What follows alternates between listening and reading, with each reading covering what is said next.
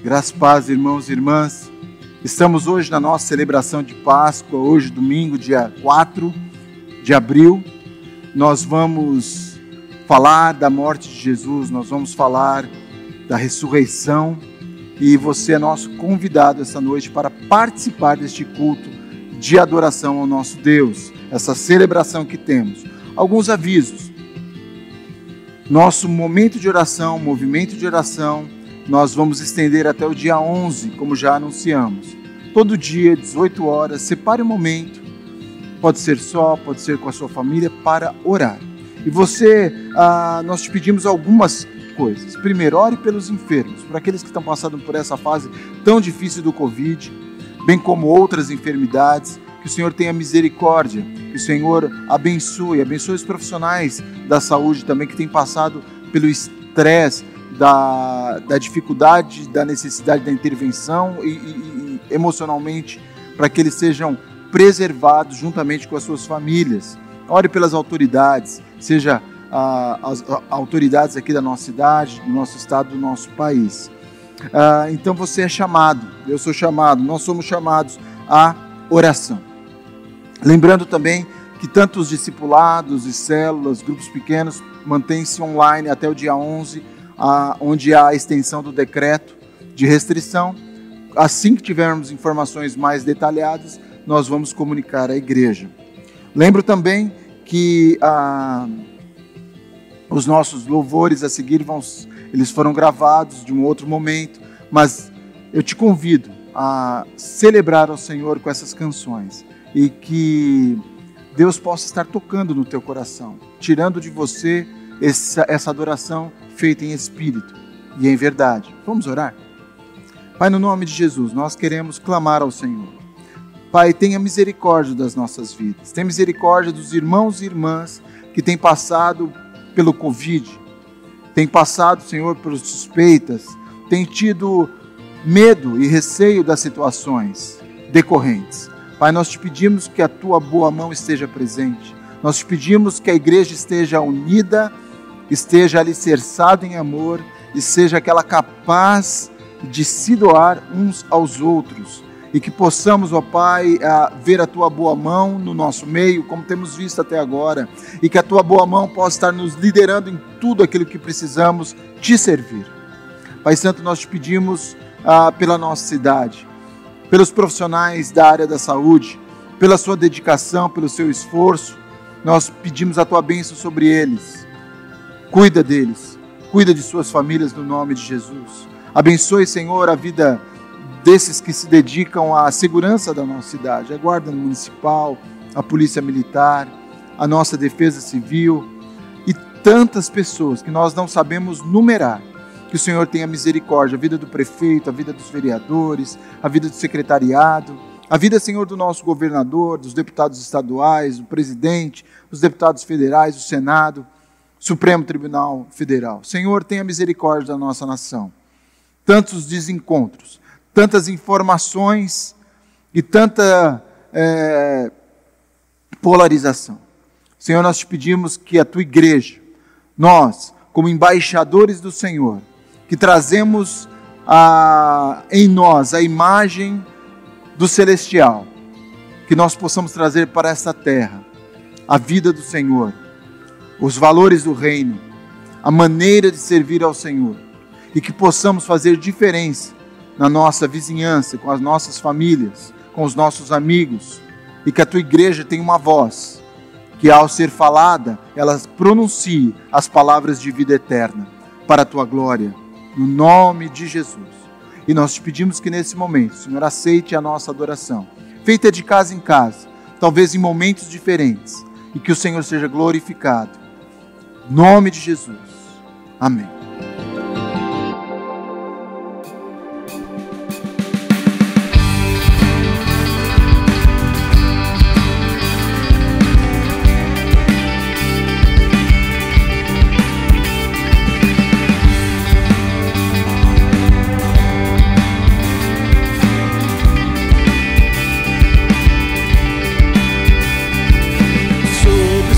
Virá, e a ele os reis se prostrar.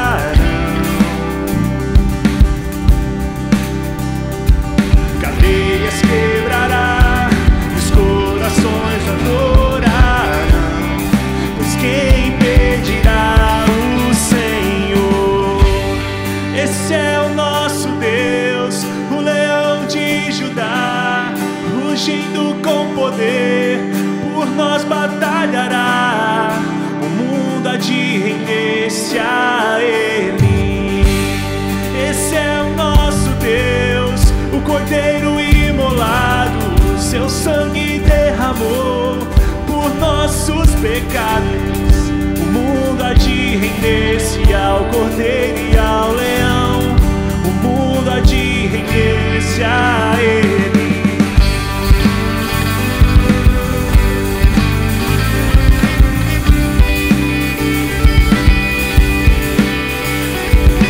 Portas levantai, deixai o Rei da Glória entrar. Ele veio pra salvar e aos cativos libertar. Mas quem impedirá o Senhor? Esse é o nosso Deus, o Leão de Judá, ungido com poder, por nós batalhará, o mundo há de render-se a Ele. Esse é o nosso Deus, o Cordeiro imolado, seu sangue derramou por nossos pecados. O mundo há de render-se ao Cordeiro e ao Leão, o mundo há de render-se a Ele. Pois quem impedirá o Senhor de agir? Oh Deus, Tu és o Todo-Poderoso, ó Pai. Não há outro como Tu, ó Deus. Querendo o Senhor, quem impedirá? Vamos juntos. Quem impedirá o Senhor? Quem impedirá o Senhor? Pois quem impedirá o Senhor? Quem impedirá o Senhor?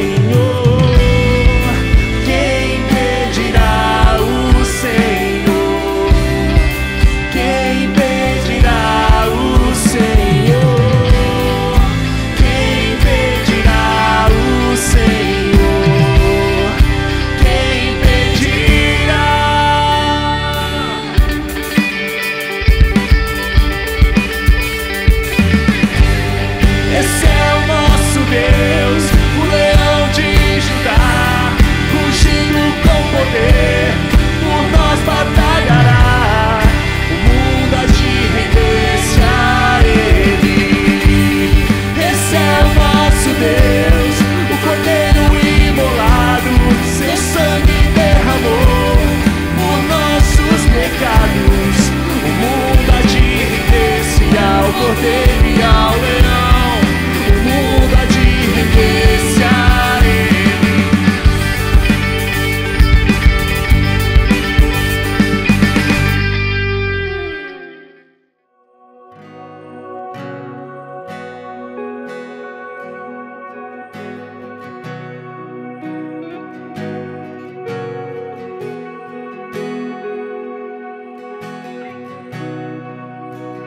Quem é esse que vem nos abraçando? Quem é esse que vem nos constrangendo com o olhar?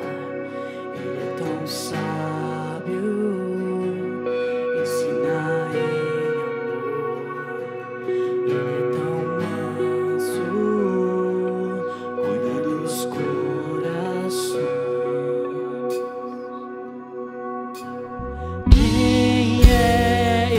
Que vem nos abraçando? Quem é esse que vem nos constrangendo com o olhar? Ele é tão sábio, ensina ele é tão manso, cuida dos corações.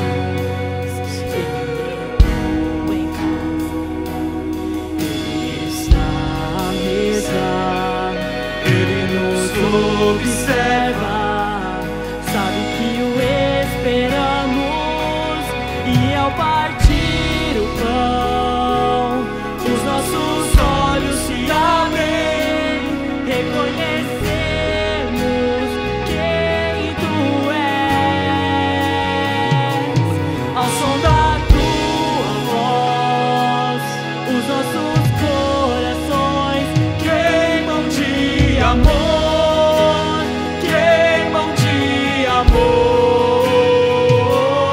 E ao partir o pão, os nossos olhos se abrem, reconhecemos quem tu és.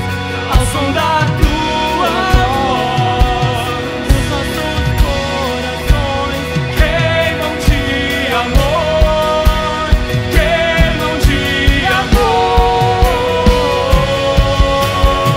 Nós arrumamos a casa, perfumamos ela toda, nós preparamos a mesa, tome um lugar de honra. Nós preparamos a casa, perfumamos ela toda, nós preparamos a mesa, tome um lugar de honra.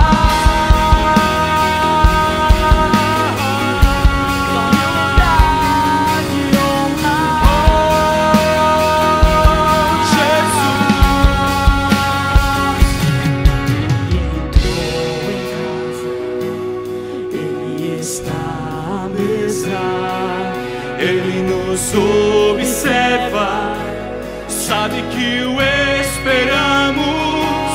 E ao partir o pão, os nossos olhos se abrem, reconhecemos quem tu és. Ao som da tua voz, os nossos corações queimam de amor, queimam de amor. Nós arrumamos a casa, perfumamos ela toda, nós preparamos a mesa, tome um lugar de honra. Nós preparamos a casa, perfumamos ela toda, nós preparamos a mesa, tome um lugar. Nós preparamos a casa, perfumamos ela toda, nós preparamos a mesa, toma um lugar de honra. Nós preparamos a casa,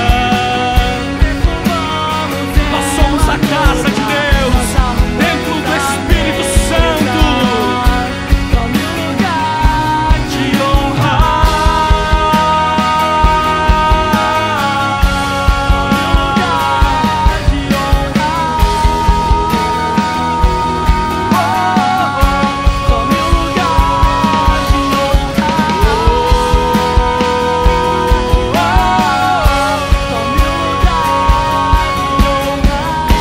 Na minha vida, na minha família, toma o teu lugar, Senhor.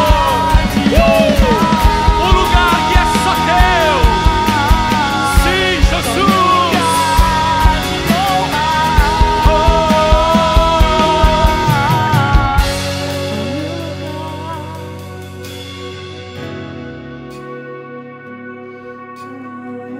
Sim, Senhor, nós somos a tua casa.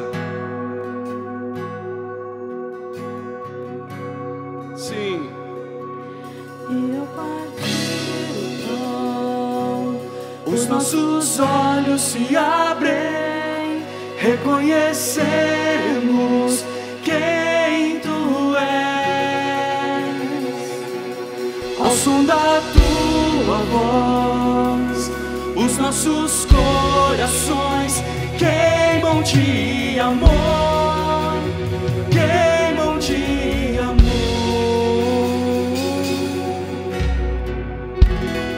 Aleluia, Senhor. Aleluia, Senhor. Aleluia. Que os nossos olhos sejam abertos por Ti, Senhor. Que os nossos corações queimem de amor pelo Senhor, pela Tua presença.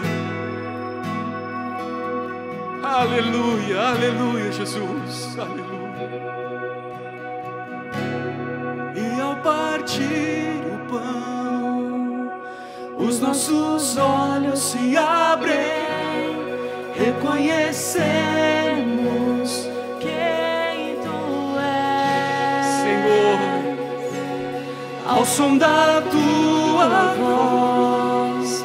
Os nossos corações queimam de amor, queimam de amor.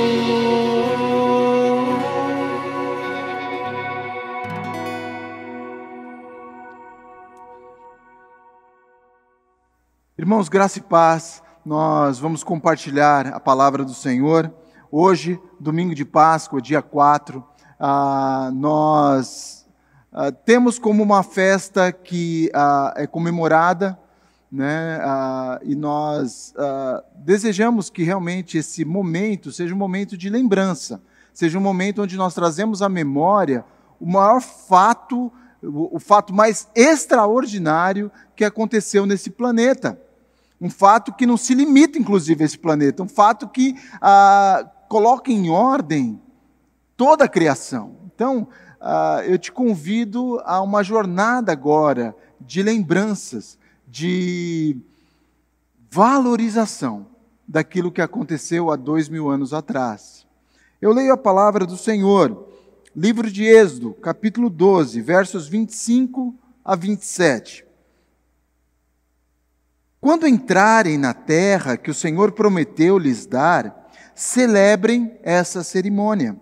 Quando seus filhos lhes perguntarem o que significa essa cerimônia, respondam-lhes: é o sacrifício da Páscoa do Senhor, que passou sobre as casas dos israelitas no Egito e poupou nossas casas quando matou os egípcios. Então o povo curvou-se em adoração. Esse é o primeiro aspecto que nós gostaríamos de falar, que é a Páscoa judaica. A Páscoa cristã, ela se origina da Páscoa judaica. A Páscoa judaica, conforme declarado aqui em Êxodo capítulo 12, ela é a Páscoa da concretização do plano de Deus para a vida dos hebreus, que estavam cativos há 430 anos ali no Egito, onde Deus endurece o coração de Faraó, para que Faraó seja provado, para que todas as divindades do Egito sejam confrontadas com o Deus de Israel, um Deus infinitamente superior, um Deus que se revela que Ele é o que é. E quando nós vemos a última praga, a praga da morte dos primogênitos, Deus determina então que em toda a casa de Israel deveria ser separado um cordeiro sem defeito. Seu sangue deveria ser colocado no batente das portas. Depois eles deveriam ter uma cerimônia e eles deveriam sair daquela terra, porque o anjo da morte passaria e onde estivesse o sangue, ele não entraria. Mas o juízo veio sobre o povo do Egito. Por outro lado, o povo de Israel foi poupado dessa tristeza. Esse ato do anjo passar, né, é onde vem a palavra, na língua judaica, pessah, passagem. E nós traduzimos por Páscoa, essa passagem desse anjo, poupando a vida, mas também essa passagem do povo, saindo do Egito, passando pelo Mar Vermelho, pés enxutos, e entrando no deserto rumo à terra prometida. Deus então chama a atenção de Moisés para que este seja um memorial perpétuo, seja um memorial que deveria ser feito ano após ano, no primeiro mês do calendário judaico, no 14º dia. É interessante porque, como forma de celebrar, a família precisaria estar reunida. Haveria ali uma mesa cuidadosamente, ou há uma mesa cuidadosamente preparada, ano após ano, e deveriam ter alguns elementos, como o cordeiro sem defeito, assado, ervas amargas, pão sem fermento. A partir de 540 a.C., aproximadamente, outros elementos foram adicionados, como o ovo, simbolizando então a saída e um renascimento do povo, o vinho, um molho especial para eles comerem aquele pão e aquela carne. A Páscoa, quando ela é servida numa família judaica, é de responsabilidade do filho mais novo fazer algumas perguntas. Dentre elas, por que esta noite é diferente das demais? Por que se come um pão sem fermento, já que nos outros dias nós comemos pão com fermento? Por que se come, então, ervas amargosas? Por que em todas as outras noites comemos sentados, mas nessa noite comemos em pé? A própria celebração fornece as respostas, mas era de responsabilidade do patriarca, do pai, explicar para o filho mais novo este memorial. Aquilo que eu já falei. Por que o filho mais novo? Normalmente o filho mais novo é quem detém a linguagem mais simples. Se o filho mais novo entender, todos entenderão. E a própria celebração traz em si as seguintes respostas a essas perguntas. Foi porque, nesse dia, os hebreus eram um povo escravo no Egito, e Deus se lembrou deles. E Ele interveio em favor do povo, livrou do anjo da morte e os levou para a terra prometida. Deus livrou o seu povo das mãos do opressor. Deus, então, permitiu que este povo saísse daquele local com mão poderosa. O texto de texto de Êxodo capítulo 12 e Deuteronômio capítulo 6. Para sempre, então, cada hebreu precisa lembrar do que aconteceu naquele dia, como se fosse a sua própria saída, a sua própria salvação.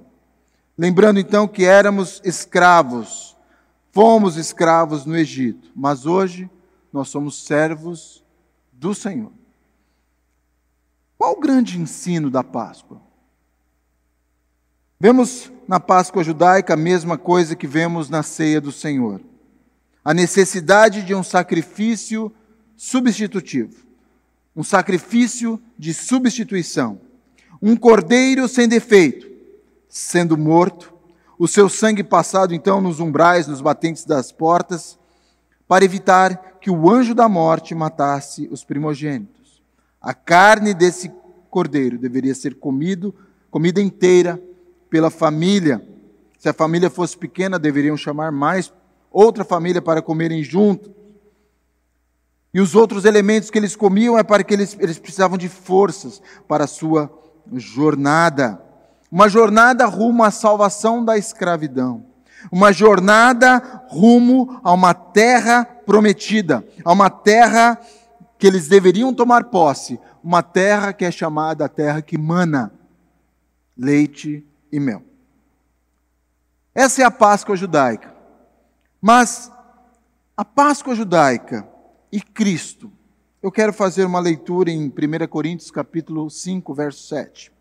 1 Coríntios capítulo 5, verso 7. O apóstolo Paulo, ele faz a seguinte declaração: livrem-se do fermento velho, que sejam massa nova e sem fermento, como realmente são. Pois Cristo, nosso Cordeiro Pascal, foi sacrificado.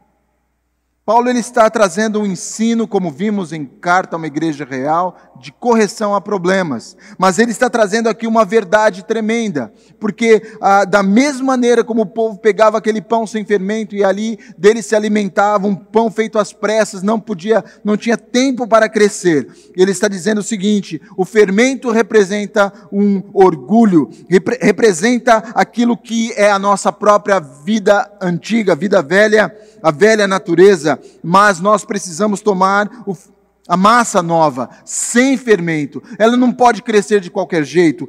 Quem deve dar a consistência dessa massa agora é Cristo, Cordeiro Pascal, que foi sacrificado.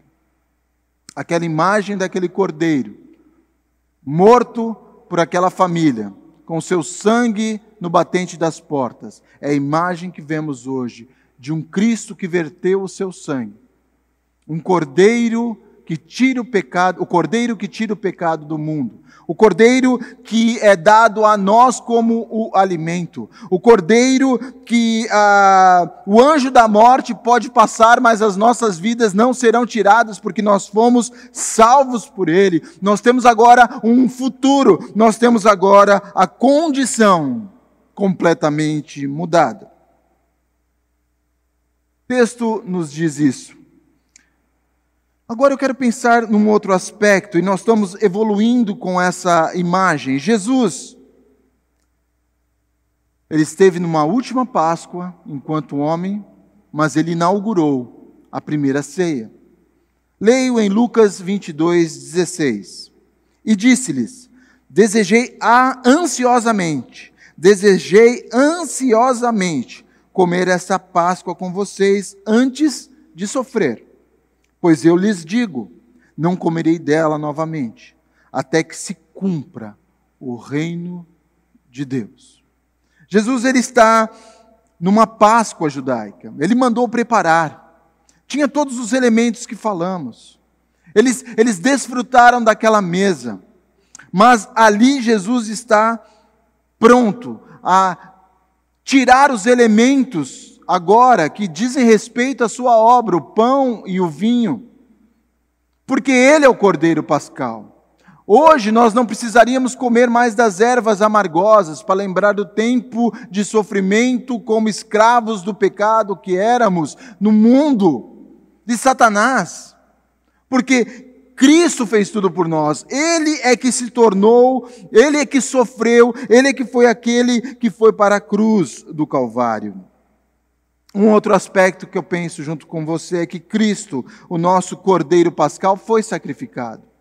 Esse é um fato histórico, é um fato bíblico, é um fato espiritual. Jesus foi para a cruz como um rei caminha para a sua coroação. Ele foi determinado, ele não foi apenas uma pessoa condenada, ele foi porque ele foi dar a sua vida. Então, querido, a cruz não é símbolo de derrota. Não, a cruz é um símbolo de vitória completa. Mas, pastor, Jesus foi traído, é verdade. Jesus foi interrogado e condenado injustamente, é verdade. Jesus foi chicoteado violentamente, sim, é verdade. Jesus, sem a menor condição, levou a sua própria cruz até o Gólgota para ali ser crucificado. Sim, é verdade. Mas a palavra de Deus em João 10, 17, 18 diz: por isso é que meu Pai me ama, porque eu dou a minha vida para retomá-la. Ninguém a tira de mim, mas eu a dou por minha espontânea vontade. Tenho autoridade para dá-la e para retomá-la. Essa ordem recebi de meu Pai. Cristo, nosso Cordeiro Pascal, foi sacrificado. Ele deu a sua vida. Meus olhos então se voltam para aquela sexta-feira, para aquele momento de uma contemplação terrível, Jesus crucificado na cruz do Calvário, entre dois ladrões, tido como os infiéis, os iníquos, aquelas pessoas ímpias, que tinham realmente praticado crimes, mas o Cordeiro de Deus que tira o pecado do mundo, ele é perfeito, ele é puro, ele não fez absolutamente nada. E entre 9 horas da manhã e 15 horas da tarde aproximadamente, Jesus está naquela cruz. E ali ele faz 7 declarações. Ele fala 7 frases que para nós significam talvez a maior de todas as pregações. A sua primeira frase na cruz. E quando você olha essas 7 frases, elas não estão exatamente no mesmo evangelho de Mateus, de Marcos, Lucas ou João, mas você percebe pela correlação entre eles, pela harmonia entre eles, exatamente a sequência, e eu vou te passar essa sequência agora. E a sua primeira frase de Jesus é sobre perdão. É sobre como perdoar. É como você deve agir com relação às outras pessoas. Em Lucas capítulo 23, verso 34, ele diz: Pai, perdoa-lhes, pois não sabem o que estão fazendo.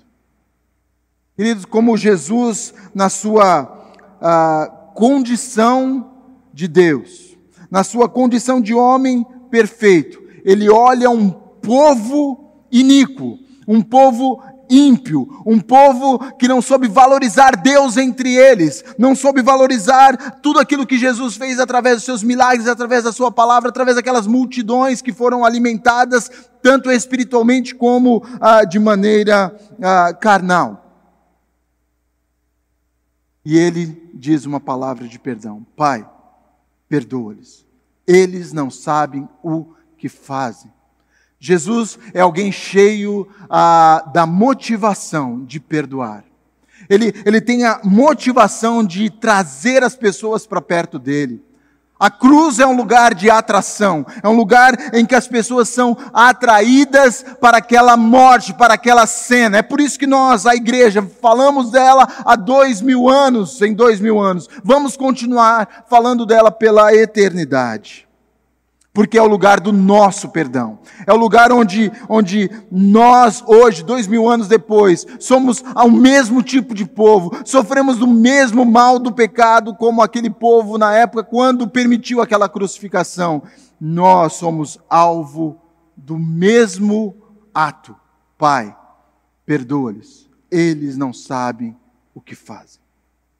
A segunda frase de Jesus, então, na cruz, é uma palavra de salvação. Lucas ainda 23, 42, 43.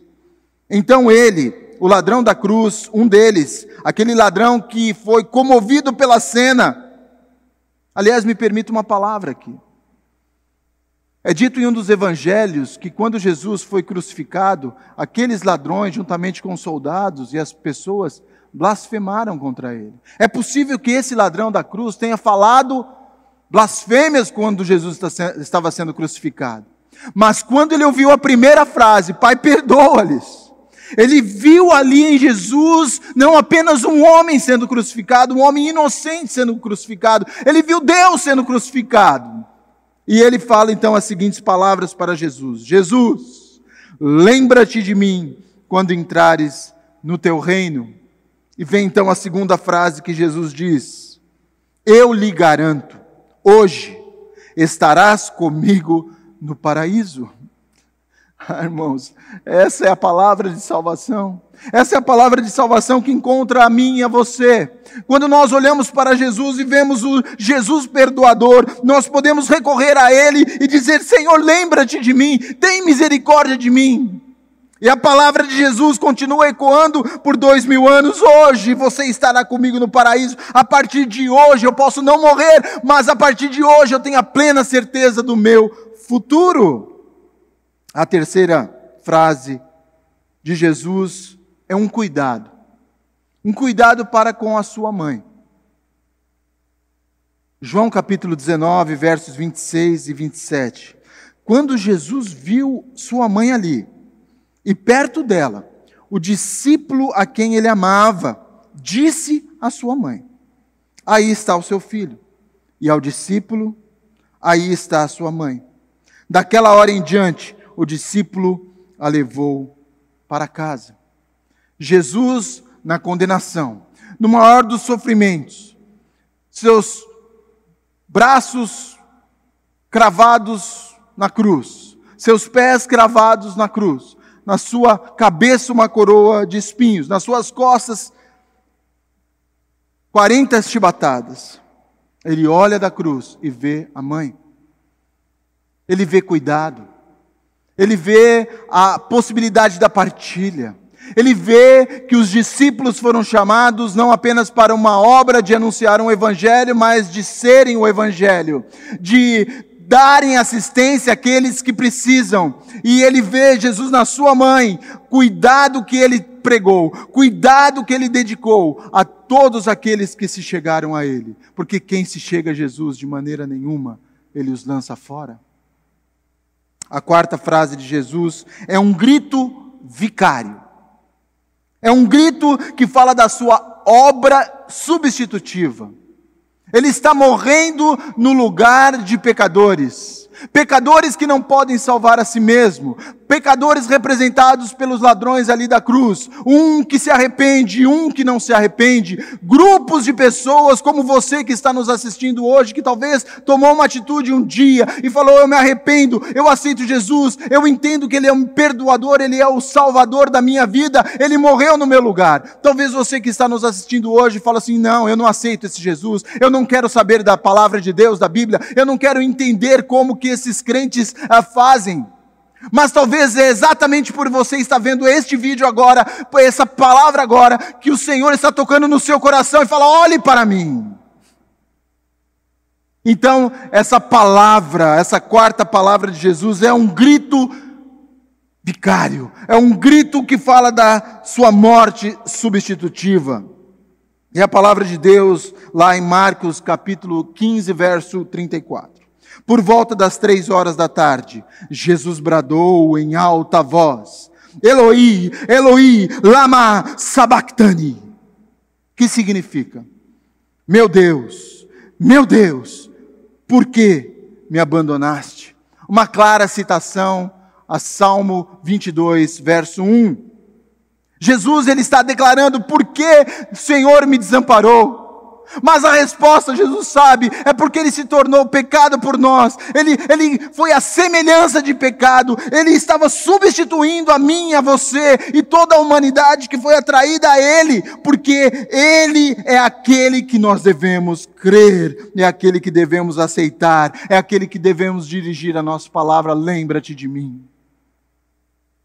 A quinta frase de Jesus, naquela sexta-feira, naquela cruz, reflete seu sofrimento humano. E essa frase está lá em João capítulo 19, verso 28. Mais tarde, sabendo então que tudo estava concluído,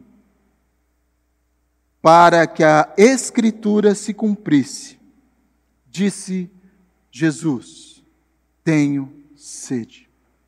Irmãos, o sentimento de Jesus é um sentimento humano.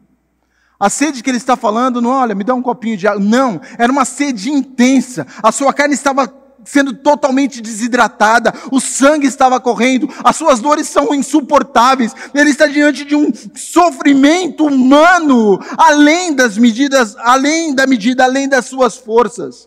Ele está ali completamente compenetrado naquela obra que está acontecendo, nas situações que estão se envolvendo. As trevas a partir do meio-dia já cercaram aquele lugar. Às 15 horas tudo, o Pai desamparou.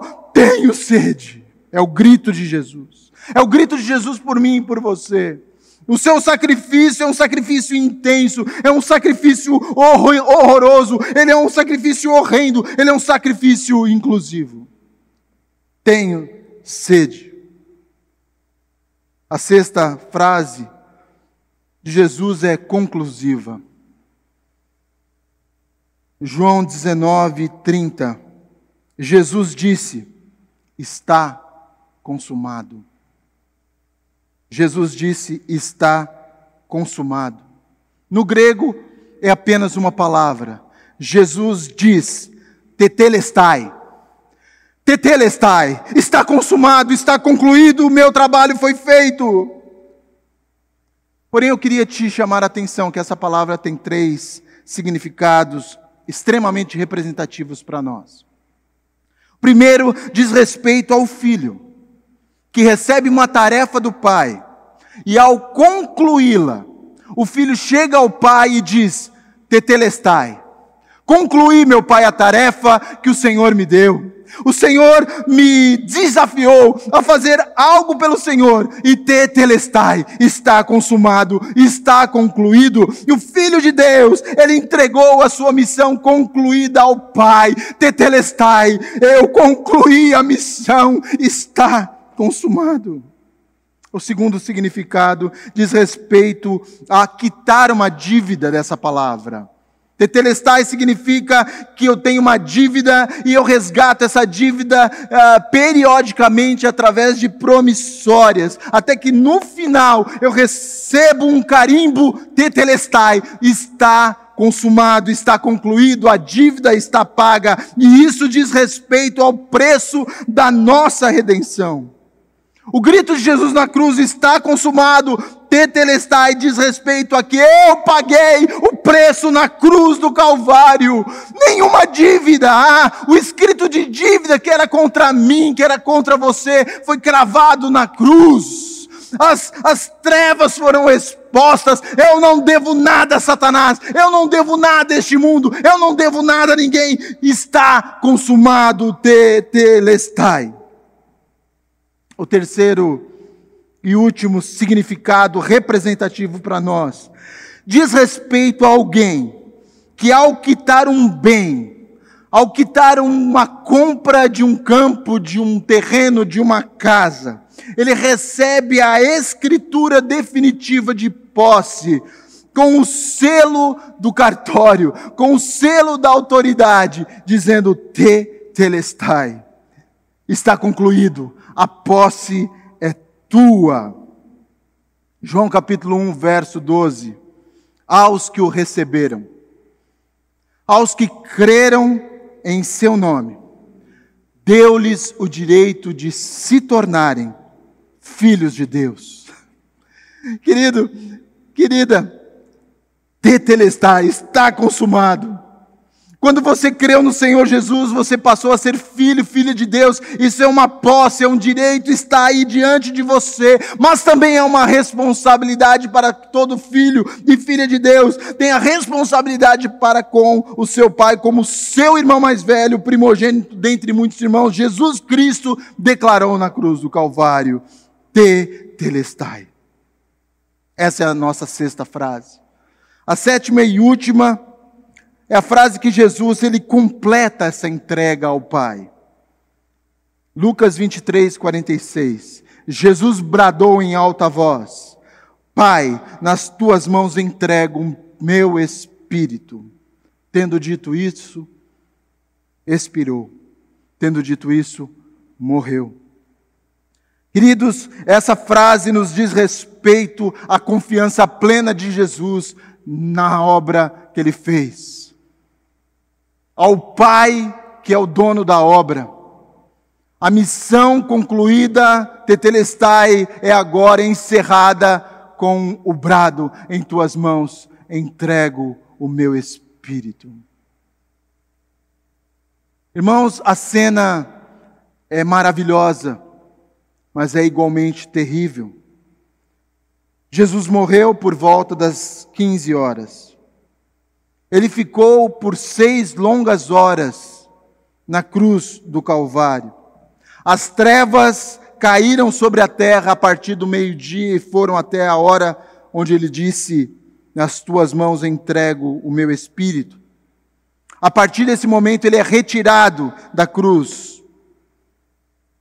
Nenhum osso foi quebrado como foram quebrados os ossos de cada um dos ladrões. E é uma clara menção a Salmo 22, 17.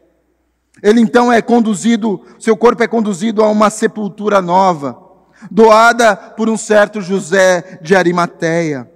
Por ser sexta-feira, o início então do sábado, do Shabá, seu corpo não pode ser preparado com especiarias aromáticas, como era o costume da época, um tipo de embalsamamento, um tipo de unção que se passava no corpo. Seu corpo é envolto em lençóis de linho, é sepultado. Uma grande, e não é um sepulto fundo no sentido de cavar uma sepultura, mas é um sepulcro escavado na rocha. Então seu corpo é colocado ali naquele local e uma pedra, uma grande pedra é rolada na frente, onde muitos homens só poderiam tanto colocá-la como removê-la. O corpo agora contém uma segurança, soldados fazem guarda no local. Jesus está morto. E vem o sábado. O sábado é um sábado de silêncio.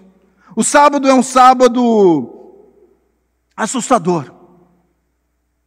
Porque nada aconteceu.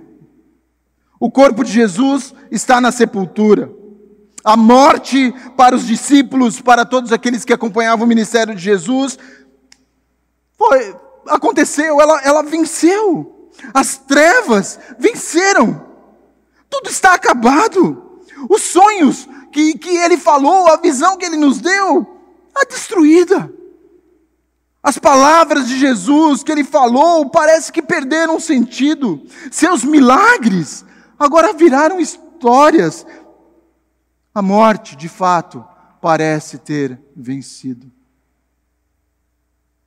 Passou o sábado. Veio então o domingo e a palavra do Senhor nos ajuda em Marcos, capítulo 16, versos 1 a 4. Quando terminou o sábado, Maria Madalena, Salomé e Maria, mãe de Tiago, compraram especiarias aromáticas para ungir o corpo de Jesus. No primeiro dia da semana, bem cedo, ao nascer do sol, elas se dirigiram ao sepulcro, perguntaram umas às outras: quem removerá para nós a pedra da entrada do sepulcro? Mas quando foram verificar, viram que a pedra, que era muito grande, havia sido removida. As mulheres, elas foram contemplar aquela morte do Senhor, de uma maneira muito respeitosa, levando então as ervas aromáticas para ungirem e embalsamarem o corpo de Jesus. Mas elas se deparam com uma realidade. A morte do sábado agora é uma tumba vazia, a pedra rolada. A pedra que fechava o lugar já não está mais lá, os soldados não estão mais lá, mas existe alguém lá dentro. E é uma figura, uma pessoa, que em Lucas 24, 5 a 8, nós lemos: porque vocês estão procurando dentre os mortos aquele que vive? Ele não está aqui, ressuscitou. Lembrem-se do que ele lhes disse quando ainda estava com vocês na Galileia. E abre aspas: é necessário que o Filho do Homem seja entregue nas mãos dos pecadores, seja crucificado e ressuscite ao terceiro dia.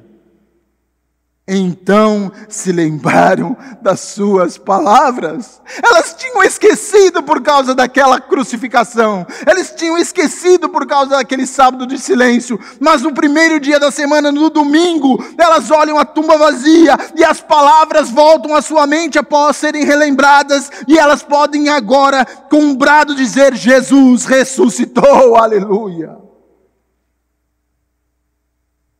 Irmãos, essa cena é a cena incrível.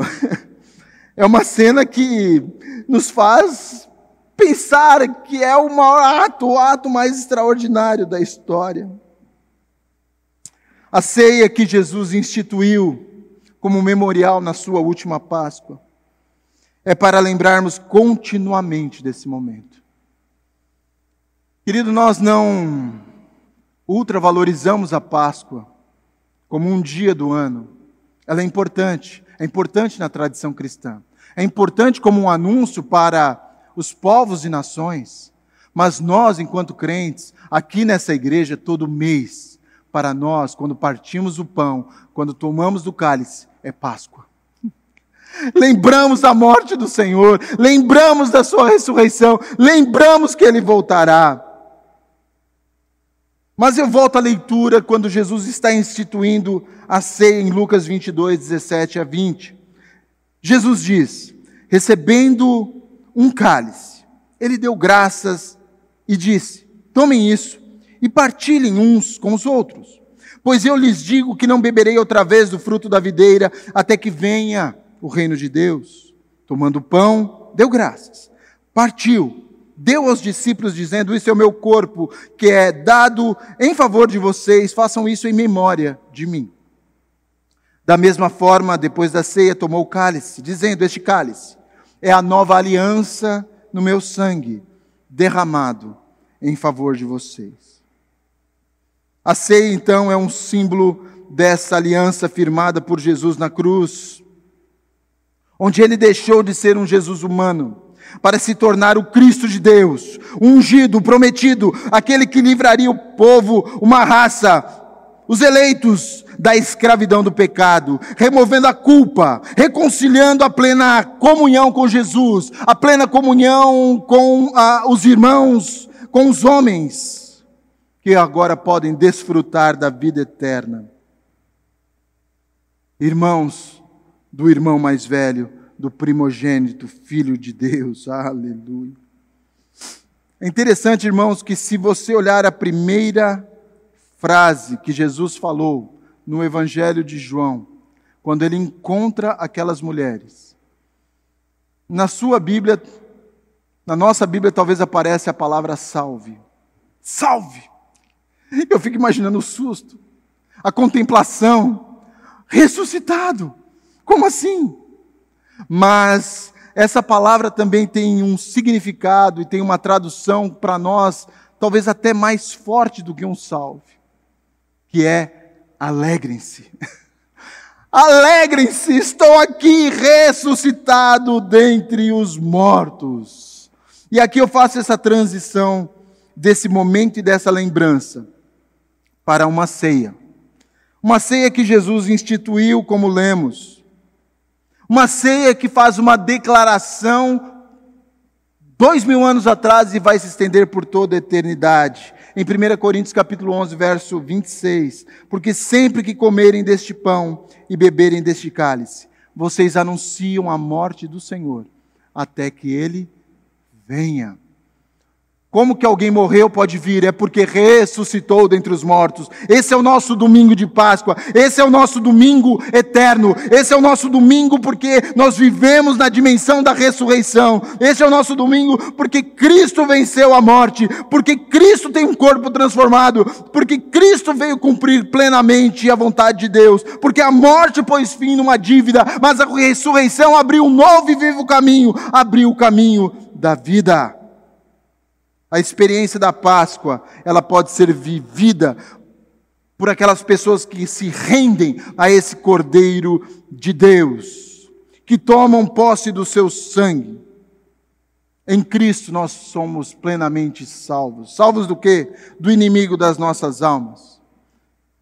Esse que trouxe o pecado para o mundo, o diabo, Satanás, a antiga serpente. Salvos do próprio mundo, da maneira da gente satisfazer a gente mesmo como um homem sem Deus, como uma mulher sem Deus. Salvos de nós mesmos. Como diz Romanos 5, 8 a 11. Mas Deus demonstra seu amor por nós. Cristo morreu em nosso favor quando ainda éramos pecadores. Como agora fomos justificados por seu sangue, muito mais ainda seremos salvos da ira de Deus por meio dele. Se quando éramos inimigos de Deus, fomos reconciliados com Ele mediante a morte de seu Filho, quanto mais agora, tendo sido reconciliados, seremos salvos por sua vida. Não apenas isso, mas também nos gloriamos em Deus, por meio de nosso Senhor Jesus Cristo, mediante quem recebemos agora a reconciliação. Eu tenho um convite para você que me ouve. E meu convite hoje é que você venha fazer parte dessa Páscoa. Venha fazer parte dessa realidade. Não é uma Páscoa de um ano em cada ano, mas é uma Páscoa permanente. A vida do Senhor Jesus, contemplando a sua morte, contemplando o seu pecado, contemplando o seu total perdão, a sua reconciliação, mas olhando a ressurreição de Jesus como fonte de vida eterna. Faça do Senhor Jesus esse cordeiro que tira o teu pecado, mas de um leão que ressuscitou, venceu a morte, venceu o inferno. Eu gostaria de celebrar esta ceia com você. Essa ceia do Senhor que nos faz lembrar de tudo isso. essa comemoração que nós fazemos ao Cristo que morreu, ressuscitou e voltará.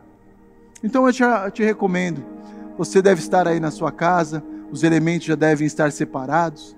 Até queria te pedir uma coisa, tira uma foto, mande nos nossos grupos, que tenhamos uma comunhão vendo uns aos outros através de uma foto nesse momento, dizendo assim: Jesus ressuscitou. E eu gostaria que você tomasse então os elementos. Você deve ter separado um pedaço de pão, você deve ter separado um suco de uva, como eu tenho aqui. E eu gostaria que você, nesse momento, abaixasse a sua cabeça com a sua família e consagrasse esses elementos. Fizesse uma declaração em forma de oração, orando ao Senhor, agradecendo a obra maravilhosa que Jesus fez, agradecendo ao Pai por ter enviado Jesus, agradecendo porque Jesus foi glorificado, Ele está à destra de Deus, agradecendo porque Ele nos deu o Espírito Santo em nossos corações, agradecendo porque você faz parte de uma família, a família na fé, a família de Deus. Separe esses momentos, ore ao Senhor.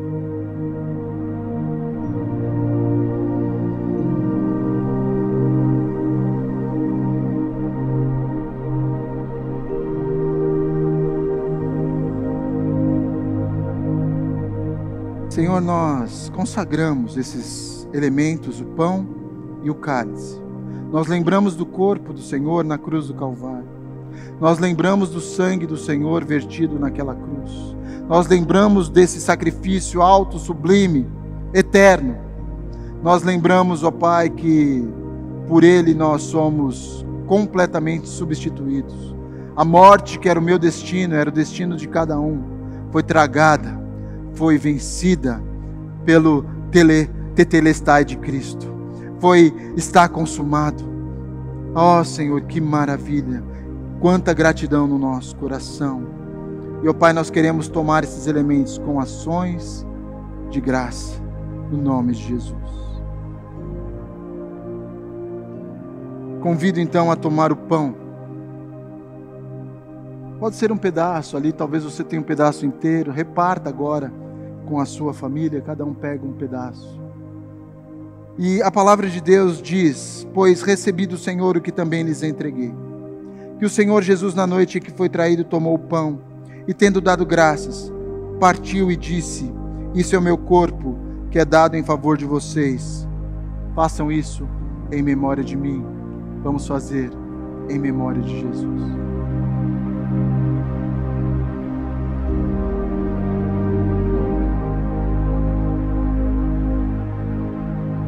Esse é o momento onde você adora o Senhor, pelo seu corpo na cruz do Calvário, declarando então as palavras de amor que você tem para com o nosso Senhor.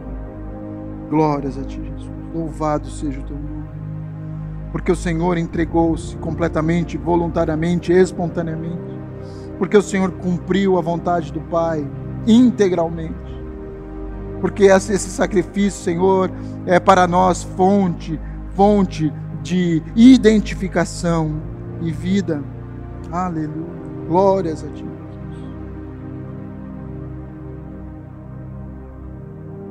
Jesus então pega aquele vinho, aqui nós temos um símbolo, suco de uva.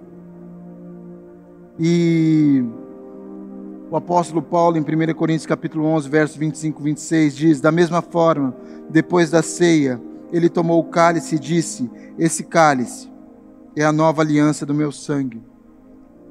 Façam isso sempre que o beberem, em memória de mim. Porque sempre que comerem deste pão e beberem deste cálice, vocês anunciam a morte do Senhor até que Ele venha. Eu te convido, se você já repartiu o suco de uva aí em pequenas porções para cada um na sua casa, tome agora este cálice e vamos beber em memória do Senhor.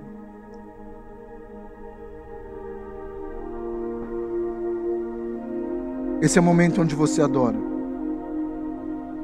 Adora o Senhor por causa da sua obra, por causa do seu sangue. sangue vertido na cruz, sangue esse que nos limpa de todo pecado, nos purifica de toda injustiça. Glorificado seja eternamente o nome do Senhor. E nessa Páscoa eu termino essa ceia com a maior das declarações: Cristo ressuscitou. Cristo ressuscitou. Que você tenha confiança nessa palavra, que você aprenda dele, que é aquele que entregou a sua vida para te resgatar, mas tomou-a de volta para ser o nosso Cristo amado, eterno intercessor, aquele que deve ser adorado, aquele que deve ser imitado, aquele que deve viver em nós, aquele que deve ser compartilhado por nós, por todos. Deus abençoe você, Deus abençoe a sua casa. Eu oro encerrando esta oração. Que o amor de Deus o Pai, que a graça infinita do Filho, que deu-se na cruz do Calvário, ressuscitou dentre os mortos, foi assunto aos céus, nos deu o Espírito Santo, e a consolação desse Espírito que é vida em nós, que torna realidade esse sacrifício eterno de Jesus, seja conosco, povo de Deus, nas suas casas, aonde estão, em todos os lugares, agora e para sempre. Amém.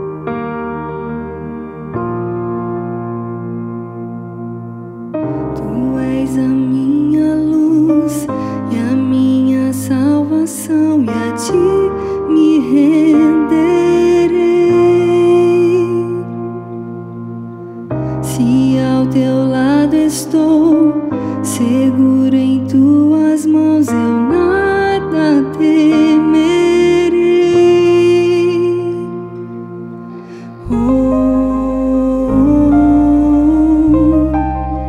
Tu és santo, ó Senhor.